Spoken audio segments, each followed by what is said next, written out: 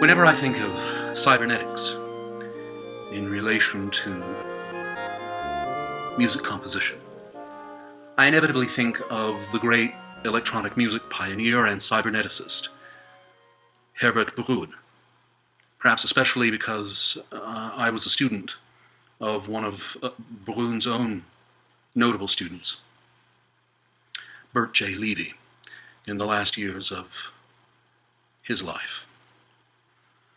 And whenever I think of Herbert Brünian, I think of an essay he wrote on music composition entitled Against Plausibility.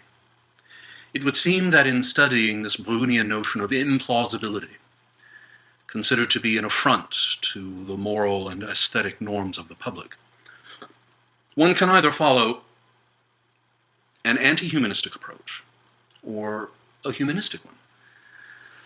So the question that arises naturally enough is, why should one pursue only a single description of the origin of implausibility in art and music?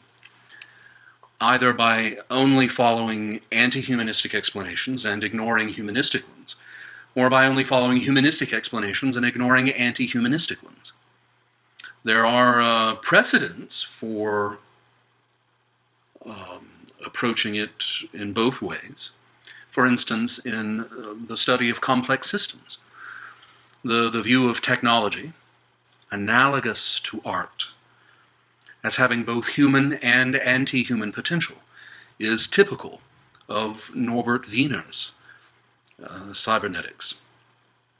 And the view of evolutionary biology as simultaneously anti-humanistic and humanistic is typical of Stephen Jay Gould's philosophy of nature.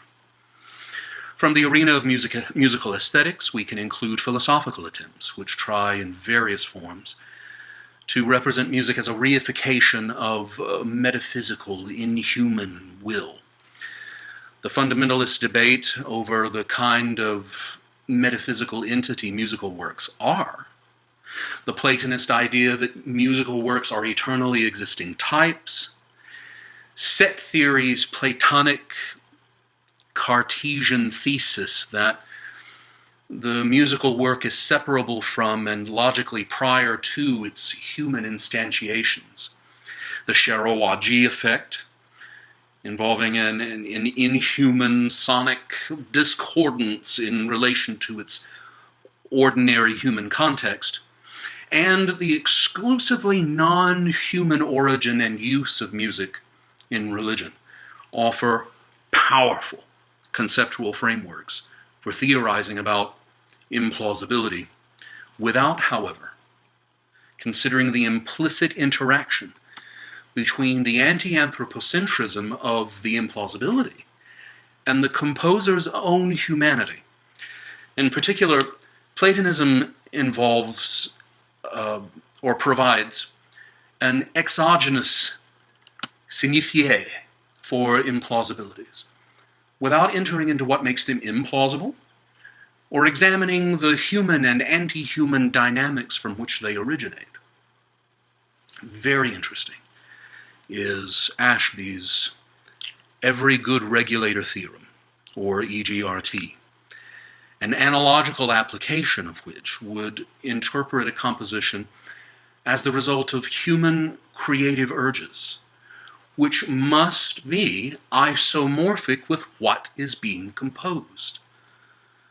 The creative urge, understood as a metastructural mechanism, is the maximally successful and efficient regulator guiding the composer's subsequent compositional decisions, which, in the case of anti-humanistic urges, together produce a relevant model of those urges, namely the implausibility.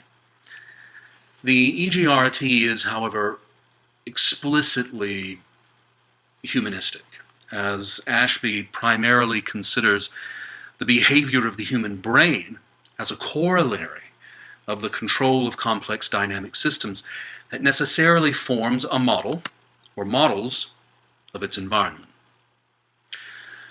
Kant's musical aesthetics deal with our interactions with music with implications for implausibility that depend on the agreeability or disagreeability of a musical composition.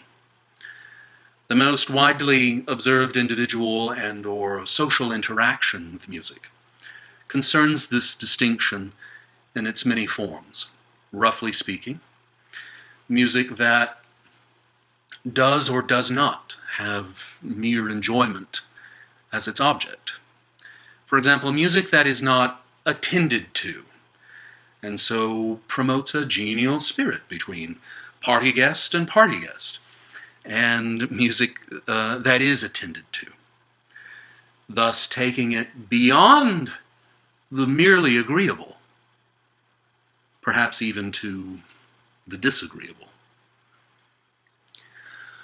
Von Foerster's second-order cybernetics is useful for examining the behavior of deterministic systems, called non-trivial machines, that exhibit self-referring behavior, and so have a non-invariant input-output relationship defined as recursively organized systems. While such a mechanism is not itself an implausibility, implausibilities may be considered, for all practical reasons, to be unpredictable results of the development of the nonlinear and recursive dynamics of a composer's creative process. As German sociologist Wolfgang Krohn and German physicist Günther Küppers wrote, due to recursion, even very small deviations in the initial conditions are reinforced in such a way that similar starting constellations lead, after a very short time period, to totally opposite system development.